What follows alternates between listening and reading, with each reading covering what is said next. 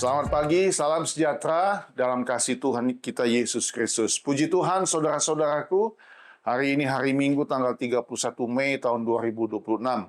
Dan inilah hari terakhir di bulan Mei di tahun 2026, saudara-saudaraku ya.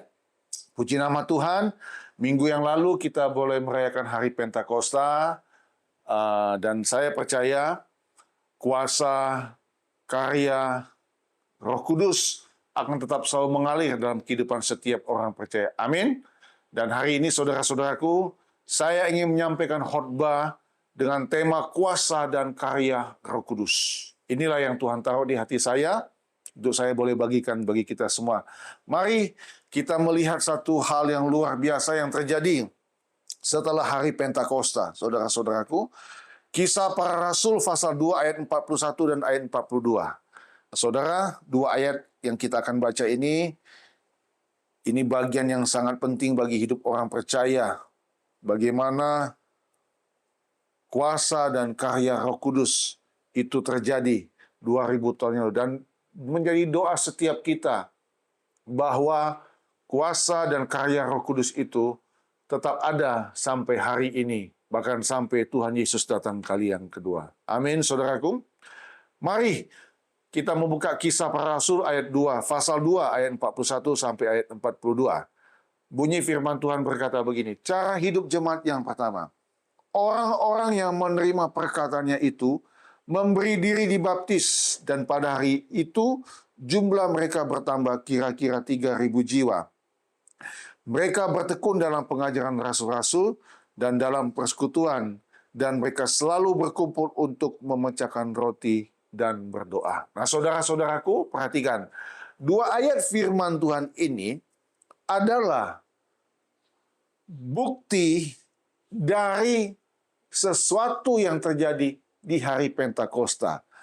Saudara, Roh Kudus tercurah di hari Pentakosta, bukti dari janji Bapa kepada Yesus itu digenapi. Itu ada di dalam Yohanes 14 ayat 16 dan Kisah 1 ayat 4 sampai 5. Kalau saya baca Kisah 1 ayat 4 dan 5.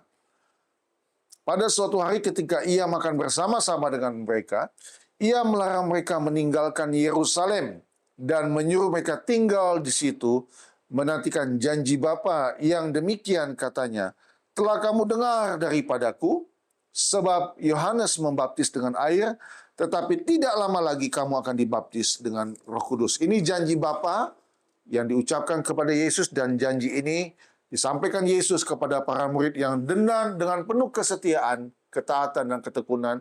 Mereka menantikan janji itu. Yang janji itu akhirnya digenapi tepat di hari Pentakosta. Saudara-saudaraku, ayat-ayat yang tadi kita baca itu adalah ayat yang luar biasa. Ya, itu dimulai dengan satu khotbah dari Rasul Petrus. Rasul yang pernah menyangkal Yesus, tapi kemudian di hari Pentakosta diubahkan dengan secara luar biasa. Saudara, kuasa dan karya Roh Kudus adalah energi, kehadiran, serta tindakan aktif Allah Tritunggal di dalam dunia. Kuasa dan karya Roh Kudus adalah energi, kehadiran, serta tindakan aktif Allah Tritunggal di dalam dunia. Roh Kudus bekerja untuk memampukan manusia hidup sesuai kehendak Tuhan. Perhatikan kata saya ini, saudaraku. Roh Kudus itu bekerja untuk memampukan manusia hidup sesuai kehendak Tuhan, hidup melayani, dan dipakai Tuhan, dipakai kuasa Roh Kudus untuk memenangkan jiwa. Ya, dan Rasul Petrus adalah salah satu orang yang mengalami lawatan dan jamahan Roh Kudus. Tentu kita tahu bersama bahwa di Yerusalem pada waktu itu para murid berkumpul dengan tekun bersama menanti akan janji Tuhan. Itu saya sudah sampaikan, saudara-saudaraku, sewaktu pada tanggal 17 Mei 2 minggu lalu menanti turunnya Roh Kudus, ya. Dan hari ini, saudara-saudaraku, pemahaman yang mendalam mengenai kuasa dan karya Roh Kudus itu menyangkut beberapa aspek, ya. Ada 4, tapi bukan itu yang menjadi poin kita pagi ini.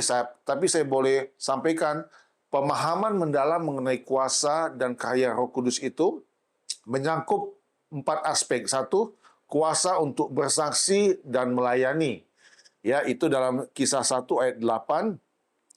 Yang kedua, karya pembaharuan dan pertobatan dalam Yohanes 16 ayat 8. 3, memimpin ke dalam kebenaran, Yohanes 14 ayat 26.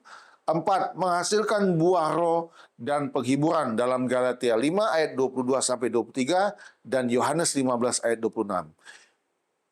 Yohanes 15 ayat 26. Itulah pemahaman mengenai kuasa dan karya Roh Kudus. Nah, saudara-saudaraku, kalau saya mau uraikan ini, kita mungkin agak habis waktu. Tapi bukan itu poinnya. Hari ini saya akan lebih kepada 2 ayat tadi yang sudah kita baca, ya, bahwa ayat 41 dan ayat 42 ini adalah dampak yang luar biasa dari khotbah Rasul Petrus.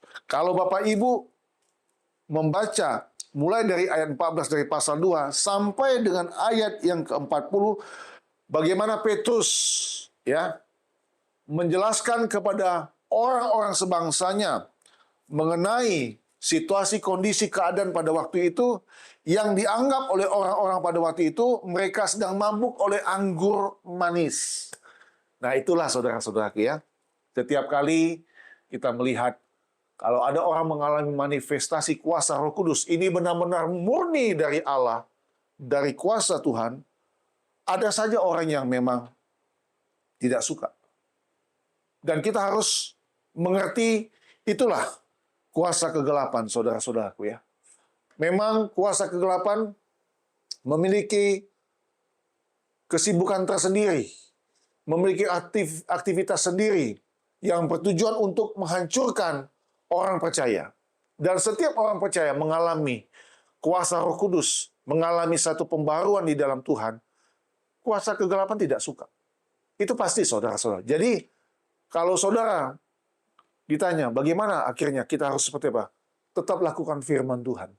Kita tidak pernah peduli, maaf, kita tidak usah pusing, tidak usah peduli dengan apa kata orang. Yang kita mesti peduli apa kata Tuhan. Itu jauh lebih penting, saudara-saudaraku. Jadi, lakukan kalau itu kebenaran firman Tuhan, ada dalam firman Tuhan, lakukan. Perbuatan baik itu perlu dan harus dilakukan.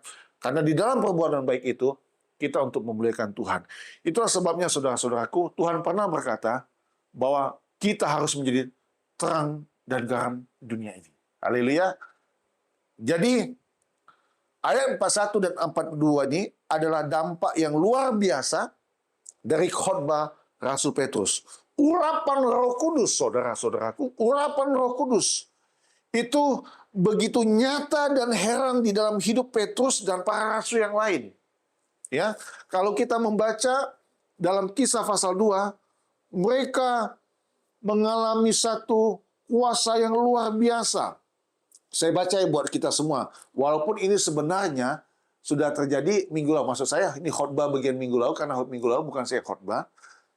Ayat pertama, ketika tiba hari Pentakosta, semua orang percaya, perhatikan, semua orang percaya berkumpul di satu tempat. Tiba-tiba turunlah dari langit suatu bunyi seperti tiupan angin keras yang memenuhi seluruh rumah di mana mereka duduk, dan tampaklah kepada mereka apa, saudaraku? Lidah-lidah seperti nyala api yang bertebaran dan hinggap pada mereka masing-masing.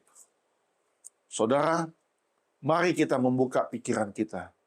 Imajinasi kita bermain di sini. Coba saudara bayangkan bagaimana kuasa Roh Kudus itu yang digambarkan seperti tiupan angin keras yang memenuhi tempat itu, dan ada lidah-lidah seperti nyala api. Coba saudara membayangkan betapa dahsyatnya.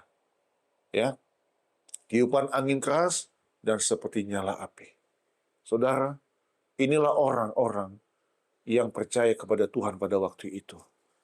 Inilah hamba-hamba Tuhan, para rasul yang dengan setia, taat, dan tekun menantikan janji Bapa yang diucapkan oleh Tuhan Yesus kepada mereka. Hari ini, saudara-saudaraku, kalau saya boleh menambahkan, walaupun belum masuk 2 poin utamanya, Saudara, kita diajar selalu untuk sabar menanti janji Tuhan. Ya, jangan mendesak Tuhan. Apakah Tuhan bisa melakukan lebih cepat dari yang kita pikirkan? Bisa. Terlalu kecil dan mudah bagi Tuhan. Tetapi sebagai orang yang percaya di dalam Tuhan, mari kita mau belajar untuk duduk tenang dan diam. Menantikan apa yang akan Tuhan kerjakan dalam kehidupan kita. Saudara-saudara lakukan bagiannya masing-masing. Yes, harus kita lakukan. Tetapi untuk jawaban Tuhan, itu biarlah kehendak Tuhan saja.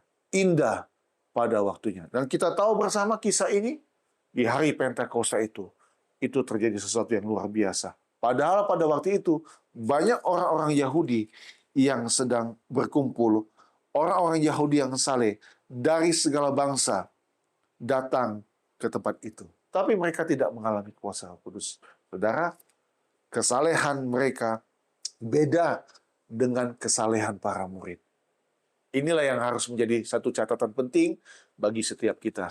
Jadi, kalau kita ingin datang kepada Tuhan, datanglah dalam ketekunan, kesetiaan, dan ketulusan di hadapan Tuhan. Tidak boleh kita bermuka dua. Haleluya. Kita tidak boleh memiliki satu motivasi yang lain. Kita ingin hanya tekun, setia, menanti janji Tuhan. Nah, saudara perhatikan. Ya, keberanian yang bertolak dari perjalanan ilahi dalam doa dan penantian hadirnya Roh Kudus di kamar loteng Yerusalem. Itulah yang dialami oleh para rasul. Ini saya membuat ini, saudara. Tuhan, terima kasih untuk kalimat ini. Keberanian yang bertolak dari pengalaman ilahi dalam doa dan penantian hadirnya Roh Kudus di Yerusalem pada waktu itu. Haleluya. Nah, saudara-saudaraku, dua hal yang menjadi perenungan bagi kita semua di ayat 41 dan 42. Mari kita akan melihat firman Tuhan ini menjelaskan apa maksudnya.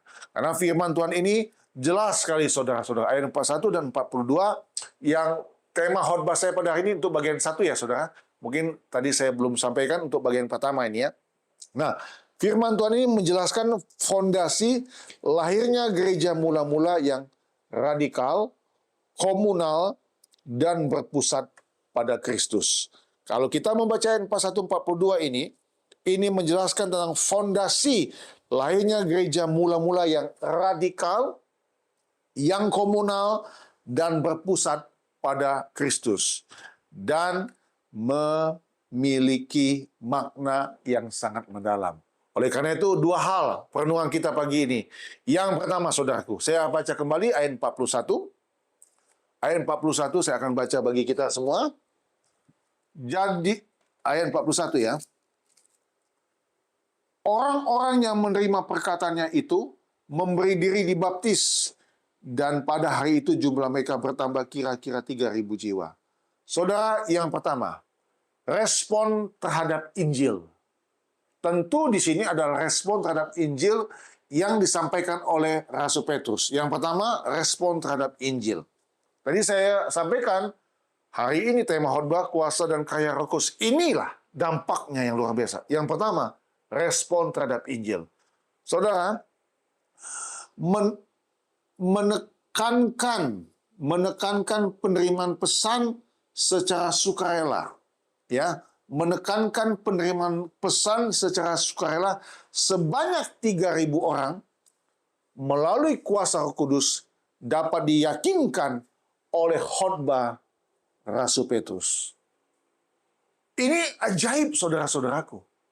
Seseorang yang pernah berkhianat, atau maksud saya maaf, seseorang yang pernah menyangkal Yesus, ya, kemudian 40 hari kemudian Yesus naik ke sorga, dan 10 hari setelah Yesus naik ke sorga, tibalah hari Pentakosta. Orang ini yang adalah Rasul Petrus ini, saudara-saudaraku, dipakai Tuhan dengan sungguh luar biasa. Itulah sebabnya tadi saya sampaikan, di sini respon terhadap Injil ditekankan tentang penerimaan pesan secara sukarela. Karena 3.000 orang dalam kuasa Roh Kudus diyakinkan oleh khotbah Petrus. Apa yang terjadi, saudara-saudara? Mereka bertobat dan mereka dibaptis. Haleluya.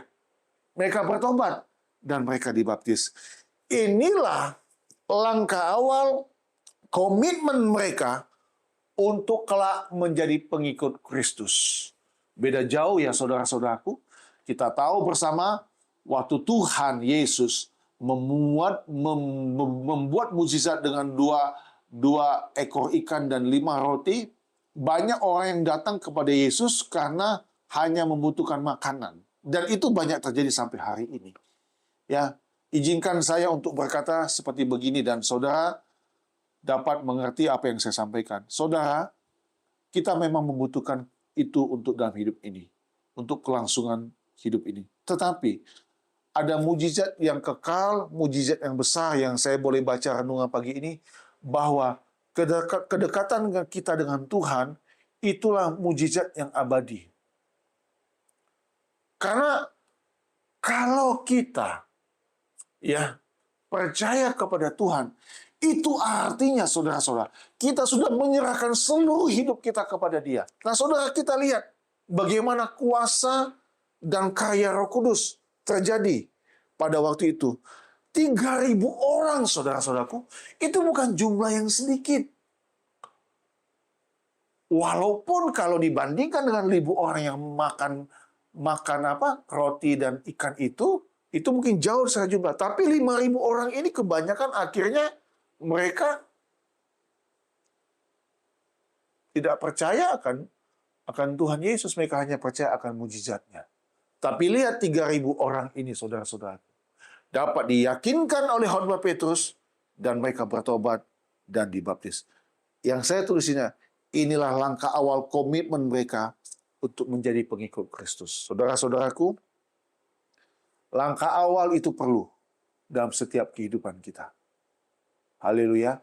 Dan langkah awal itu harus dimulai dengan kita berkomitmen untuk bersekutu hidup dalam kebenaran Tuhan.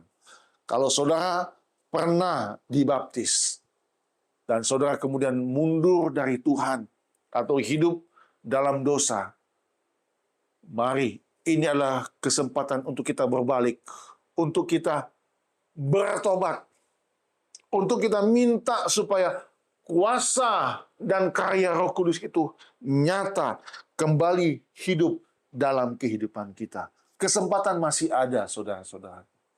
Dalam doa saya tadi saya katakan, saya doakan sampai sejauh mana kita ada di muka bumi ini. Saya mau katakan, kesempatan itu ada. Saudara, dalam pembacaan Alkitab kami, keluarga, untuk di malam hari, kami memasuki di bagian yang sungguh luar biasa tentang air bah. Ya, Nuh dan keluarganya masuk dalam bahtera dan kemudian air bah melanda dunia pada waktu itu, dan air bah itu surut. Yang saya mau katakan, saudara-saudaraku, ya, Allah selalu bekerja dengan waktunya Dia. Haleluya. Kalau di hari Pentakosta, Allah bekerja melalui kuasa Roh Kudus yang sungguh ajaib dan dahsyat. Dan itu pun masih banyak orang yang menyindir. Iya, saya selalu melihat ada banyak karya kasih Tuhan, banyak mujizat, banyak anugerah, tapi selalu akan ada orang-orang yang menyepelekan, orang-orang yang tidak percaya, orang-orang yang merasa, saya tidak butuh Tuhan. Contoh yang saya bilang tadi, waktu Nuh mempersiapkan bahtera, kita tahu bersama hanya 8 orang yang masuk ke dalam bahtera itu. Nuh, istrinya, 3 anaknya, dan 3 anak mantunya. Selebihnya hewan-hewan. Demikian, di Kisah Rasul ini, saudara-saudara, di hari Pentakosta, banyak orang berkumpul. Banyak sekali dari segala pelosok bangsa, negeri. Mereka datang. Tapi lihat, mereka bisanya menyindir. Saya mau katakan kepada saudara, respon kita terhadap Injil itu sangat menentukan. Kalau hatimu terbuka bahwa benar Dia adalah Tuhan dan Juru Selamat, maka kita akan menyadari bahwa hidup ini, Tuhan, aku mau datang kepada Tuhan. Saudara, bacalah khotbah Petrus ini, saudara-saudara. Petrus mengutip dari kitab Nabi Yoel. Ya, hebat ini Petrus ini, ya. Dia bisa mengutip kitab Nabi Yoel. Saya jarang baca Petrus, mungkin dalam hidupnya setelah dia mengalami kuasa Roh Kudus, dia membaca firman Tuhan. Atau waktu mereka berdoa selama 10 hari itu, dia membaca apa yang tertulis dalam kitab Nabi Yoel. Itu ada dalam Kisah Rasul pasal 2 ini, saudara-saudara. Dia bisa mengutip itu. Kemudian, saudara, juga di bagian khotbah Petrus ini, dia juga mengutip ya dalam kitab Mazmur. Ini luar biasa, saudara-saudaraku. Dia bisa mengutip dalam kitab Mazmur. Di ayat 25, saya tunjukkan buktinya ya. Kisah Rasul 2 ayat 25. Sebab Daud berkata tentang dia, aku senantiasa memandang kepada Tuhan, karena ia berdiri di sebelah kananku, aku tidak goyah. Nah, saudara, dia mengutip kitab Mazmur pasal 16. Ini luar biasa. Saya tuh melihat begini, saudara. Orang-orang yang mengalami kuasa Roh Kudus, ya, pasti penuh hikmat Tuhan. Haleluya. Pasti penuh hikmat Tuhan. Dan Petrus dengan gagah berani, tidak takut. Ini yang tadi saya sampaikan, saudara-saudaraku. Inilah pondasi awal gereja itu berdiri. Radikal, komunal, dan berpusat hanya kepada Kristus. Ayo, saudara-saudaraku. Hidupmu berpusat kepada siapa? Apakah engkau berpusat kepada Yesus Kristus Tuhan kita? Atau engkau berpusat kepada dirimu sendiri? Tanggalkan egomu. Waktu ini adalah waktu dan kesempatan kita untuk berbalik kepada Tuhan. Ayo, kita respon Injil. Baca firman Tuhan. Ayo bangun kembali hubunganmu dengan Tuhan. Karena hubungan kita dengan Tuhan, itulah mujizat yang abadi. Saudara, mengapa saudara terlalu sibuk mengejar sesuatu yang ada dalam dunia ini yang sebetulnya itu akan binasa? Saudara harus bekerja. Ya, saudara harus bekerja. Saudara harus punya penghasilan. Ya, saudara harus punya penghasilan.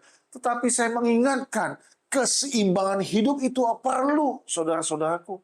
Jangan kita sibuk dengan dunia ini, tapi kita lupa dengan Tuhan. Perkenankan saya untuk menyampaikan hal ini, saudara-saudaraku. Inilah langkah awal komitmen mereka yang bertobat dan dibaptis 3.000 orang itu untuk menjadi pengikut Kristus. Ayo Bapak Ibu, jangan lemah imanmu di akhir zaman ini. Bangkitkan gairahmu untuk mencari Tuhan. Saudara, saya merasa perlu untuk menyampaikan ini. Pagi tadi kami pun masuk dalam perjanjian baru, kami bacanya, kami sudah masuk ke kitab Ibrani pasal 10. Dan saya membaca lagi satu ayat firman Tuhan yang ajaib. Dan berapa malam yang lalu saya sempat bagian ini kepada rekan-rekan kami, hamba-hamba Tuhan, dalam kami mengikuti doa malam. Ibrani pasal 10, saudara. Tolong dibuka firman Tuhan, Ibrani 10, ayat yang ke-24. Pagi tadi kami baca Ibrani 10, dan saya bagikan ini juga, 2 ayat firman Tuhan kepada hamba-hamba Tuhan dalam kami doa semalam kami. Ayat 24. Dan marilah kita saling memperhatikan. Nah, ini kan gaya hidup gereja yang baru. Gereja yang ada di Yerusalem pada waktu mengalami kuasa Roh Kudus, saling memperhatikan supaya kita saling mendorong dalam kasih dan dalam pekerjaan baik. Ini persis sama yang terjadi waktu itu 2000 tahun yang lalu, saudaraku. Ayat 25. Janganlah kita, saudaraku, menjauhkan diri dari pertemuan-pertemuan ibadah kita seperti dibiasakan oleh beberapa orang. Jadi memang jangan jadi kebiasaan, saudaraku. Kita tidak boleh jadi kebiasaan untuk meninggalkan ibadah. Jangan jadikan kebiasaan. Ini berbahaya. Tetapi, marilah kita, saudaraku, saling menasehati.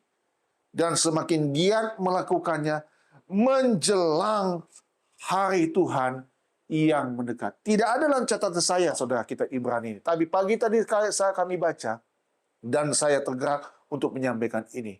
Benar apa yang Petrus sampaikan di khotbahnya di hari Pentakosta, bahwa pada hari-hari terakhir Rohku akan tercurah. Sama, saudara-saudaraku, menjelang hari Tuhan yang mendekat, harusnya kita lebih giat lagi untuk mencari Tuhan. Haleluya. Ini firman Tuhan. Jadi saudara tidak boleh marah kepada saya. Ada dasarnya saya sampaikan. Tapi kalaupun saudara mau marah kepada saya terima. Lebih baik, saudara, saya sampaikan pada hari ini daripada nanti Bapak Ibu menyesal. Jadi kita lihat, ternyata ada kebiasaan orang yang meninggalkan pertemuan-pertemuan ibadah. Dan inilah fungsinya kita sebagai sesama tubuh Kristus untuk saling menasehati. Pagi tadi pun saya dapat renungan tentang tubuh Kristus, saudara-saudaraku. Kepala, tangan, mata, semua berfungsi. Semua harus saling menasihati, semua harus saling memperhatikan. Ini maksudnya. Karena semua didasarkan oleh cinta kasih kita kepada Tuhan. Haleluya. Itu yang pertama. Ya, dalam Kisah Rasul tadi ayat yang ke-41. Oke, kita kembali yang kedua. Poin yang kedua.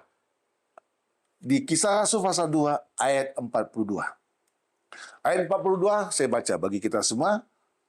Mereka bertekun dalam pengajaran rasul-rasul dan dalam persekutuan. Dan mereka selalu berkumpul untuk membacakan roti dan berdoa. Saudara boleh catat. Kalau yang pertama, respon terhadap Injil. Responnya adalah mereka bertobat, mereka minta dibaptis. Ya. Yang kedua, 4 pilar komunitas. Catat, 4 pilar komunitas.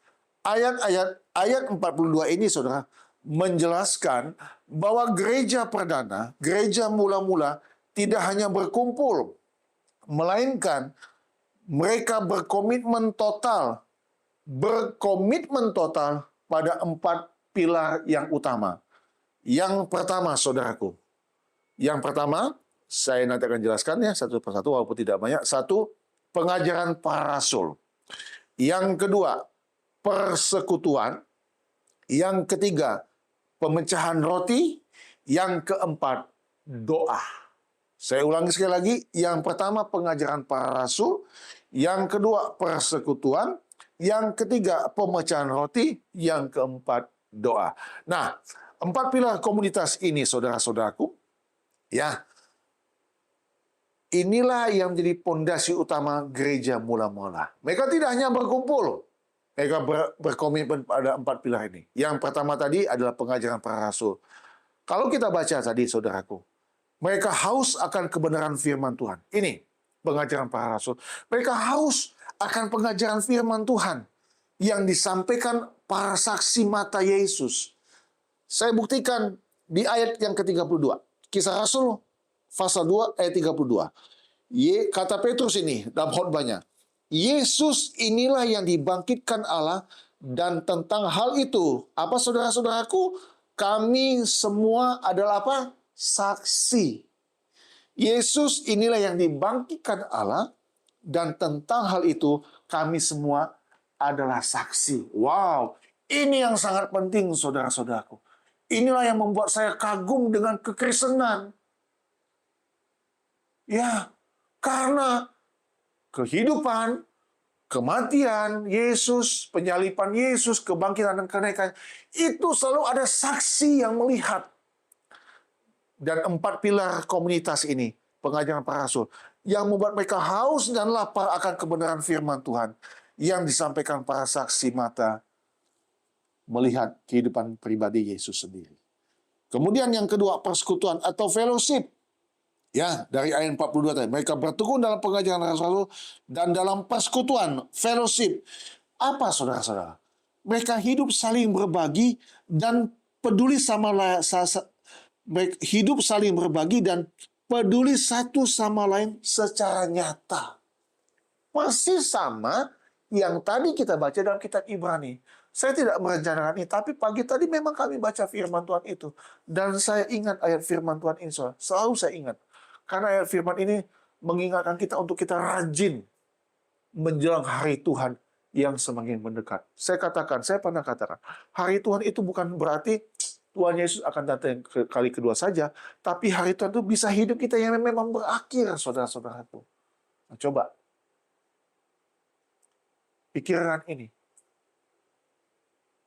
Alangkah indahnya, saudara-saudaraku ya, kalau waktu kita setia beribadah, kita lagi masuk dalam persekutuan ibadahnya. Ya memang banyak orang punya cara tersendiri. Tuhan menetapkan orang beda-beda. Kalau saya punya mertua pun, saudara-saudaraku, waktu dipanggil Tuhan, tapi mertua saya itu sedang beribadah. Ya, itu sungguh hal yang luar biasa. Banyak berapa kali kita nonton ya, di media sosial atau di YouTube, ada anak-anak Tuhan, hamba Tuhan, pelayan Tuhan, sedang melayani itu, tahu-tahu Tuhan panggil. Ya, saudara, saya merasa penting untuk menyampaikan ini.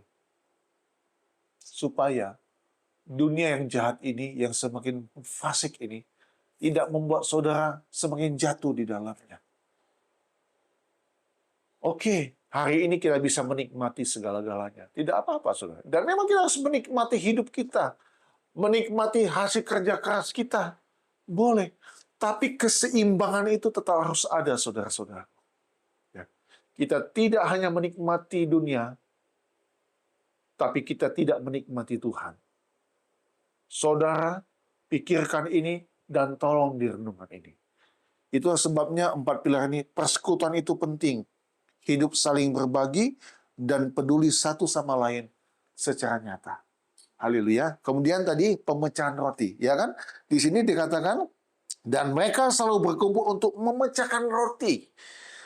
Nah, apa maksudnya ini? Mereka lakukan itu untuk mengenang pengorbanan Yesus melalui perjamuan kudus, sekaligus kebersamaan makan bersama. Ini yang luar biasa. Makan bersama itu alkitabiah loh, saudara-saudaraku. Iya. Saudara tahu kan, ya sudah pernah saya sampaikan beberapa waktu lalu, Yesus pun waktu menampakkan diri di dalam Tiberias kepada para muridnya yang kembali melaut untuk mencari ikan. Semalam-malaman mereka tidak dapat. Tapi kemudian Tuhan membuat mujizat buat mereka. Ikannya banyak. Dan Yesus sarapan bersama. Yesus menyiapkan api dan kayu bakar. Alkitab katakan ya kan? Yesus menyiapkan. Itu alkitabiah. Kan? Gitu. Puji Tuhan, kita memiliki pasangan hidup. Kalau saudara punya pasangan hidup yang memperhatikan saudara. Penting saudaraku, kebersamaan itu penting. Fellowship ya. Yang keempat, doa. Dibilangkan di sini, dan mereka selalu berkumpul untuk memecahkan roti dan berdoa. Doa. Doa, saudaraku, kita harus menjadikan doa sebagai nafas hidup dan komunikasi yang tak terputus dengan Allah. Pagi tadi benar, saya membaca mujizat abadi itu adalah bagaimana kita memiliki kedekatan yang intim dan kuat dengan Tuhan. Ini yang tidak boleh putus-putusnya. Dan kita harus mengucapkan goodbye dunia. Selamat tinggal. Kita berani berkata, goodbye dosa. Selamat tinggal dosa. Selamat tinggal kehidupan masa lalu. Selamat tinggal dunia yang jahat. Kita ingin dekat dengan Tuhan. Dimanapun kita berada. Sehingga saudara ada di kantor kah, di tempat kerja kah, di sekolah, di mall sekalipun. Saudara takut untuk berbuat dosa. Karena saudara ingat, kalau aku dekat dengan Tuhan, ini artinya Tuhan itu ada dalam hidup kita. Yesus hanya sejauh doa. Kita diingat, ada alarm dalam tubuh kita yang mengingatkan kita. Jangan lakukan ini. Jangan lakukan ini. Saudara, di Ibrani 10 pagi tadi pun, saya tertegun ada satu ayat firman Tuhan. Yuk kita baca. Ini yang membuat saya, Tuhan terima kasih. Saya mengucap syukur kepada Tuhan. Inilah saudaraku, saya berkali-kali sampaikan kepada saudara. Pentingnya membaca Alkitab. Karena waktu kita ada dalam fase kehidupan, seperti kayak saya sekarang ini, menyampaikan firman Tuhan. Tahu-tahu Roh Kudus mengingatkan kita. Bapak Ibu kan ada pengalaman-pengalaman. Bukan di mimbar saja. Tak lagi masak sekalipun, lagi nyuci baju kah, ingat firman Tuhan mengingatkan. Saya baca ini, saudara. Mari kembali buka Ibrani pasal 10, ya, saudara-saudaraku. Ya. Ibrani 10 mengatakan begini, saudaraku. Saya sampai Tuhan terima kasih, saya sudah diingatkan oleh firman. Ayat 26. Tadi kan kita baca ayat 24 dan 25. Ini 26. Ini tadi kita jadikan ini ya, Ibu Gembala kan. Notes kita tadi kan ya, ayat 26 ya. Sebab jika kita sengaja berbuat dosa, sesudah memperoleh pengetahuan tentang kebenaran, maka tidak ada lagi korban untuk menghapus dosa itu. Nggak ada lagi. Ayat 27-nya saya tambahkan, tetapi yang ada ialah kematian yang mengerikan akan penghakiman dan api yang dahsyat yang akan menghanguskan semua orang durhaka. Saudara, saya menyampaikan ini demi Tuhan yang hidup, bukan untuk menakut-nakuti saudara. Tapi inilah kebenaran firman Tuhan. Kalau ayat 24 dan ayat 25 itu saudara lakukan dengan rajin, dengan setia, dengan tekun seperti para rasul dan orang-orang Kristen pada mula-mula pada waktu itu. Saya pastikan, saya percaya ayat yang ke-26 dan 27 tidak akan mungkin jadi bagian kita. Apa itu saudara? Kematian yang mengerikan. Haleluya saudara-saudaraku. Inilah firman Tuhan. Itu sebabnya sebelum saya menutup khotbah saya pada hari ini untuk tema yang berjudul kuasa dan karya Roh Kudus sebagai pertama. Ayo bangun kembali hubunganmu dengan Tuhan. Bangun. Bangun kembali hubunganmu dengan Tuhan. Ya. Perbanyak komunikasi dengan Tuhan. Kehidupan kekristenan bukanlah sekedar rutinitas keagamaan, melainkan komunitas yang saling berbagi. Itu ada dalam Galatia pasal 6 ayat 2. Bertolong-tolonglah menanggung bebanmu. Dan dalam kitab Roma 12 ayat 10 dan ayat 14. Gereja mula-mula disatukan oleh pengajaran yang benar, Injil yang murni, disatukan oleh kasih persaudaraan yang erat, dan dalam doa dan fellowship. Inilah bukti dari kuasa dan karya Roh Kudus. Saudara, kalau kita sengaja meninggalkan ini semua, bukan berarti Roh Kudus itu melempem, Roh Kudus melemah. Tidak. Tapi saya diingatkan, kita jangan sampai membuat Roh Kudus berduka cita. Haleluya. Saudara, perjuangan para rasul tidak mudah. Mereka akhirnya, mayoritas mereka, mati-mati. Tapi apakah ada hari ini anak-anak Tuhan yang tidak setia? Ada. Kiranya saya dan saudara tetap setia, taat dan tekun di dalam Tuhan. Ya, karena suatu hari kelak semua ini akan berakhir. Mari saudara-saudaraku, dalam hidup ini kita mau menjalin kembali hubungan dengan Tuhan. Berdoa, bersekutu dengan Tuhan. Haleluya. Tuhan Yesus memberkati kita semua. Tuhan menolong kita semua. Terpujilah nama Tuhan. Amin. Puji Tuhan. Ku mau cinta Yesus selamanya. Ku mau cinta Yesus selamanya. Meskipun badai silih berganti dalam hidupku, ku tetap cinta Yesus selamanya.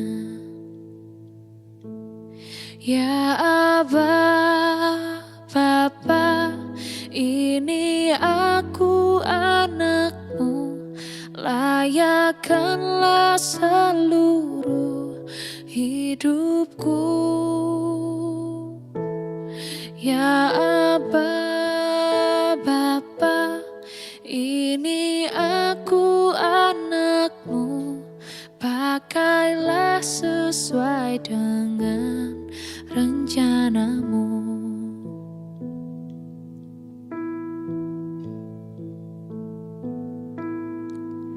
Ku mau cinta Yesus selamanya. Ku mau cinta Yesus selamanya. Meskipun badai silih berganti dalam hidupku, ku tetap cinta Yesus selamanya.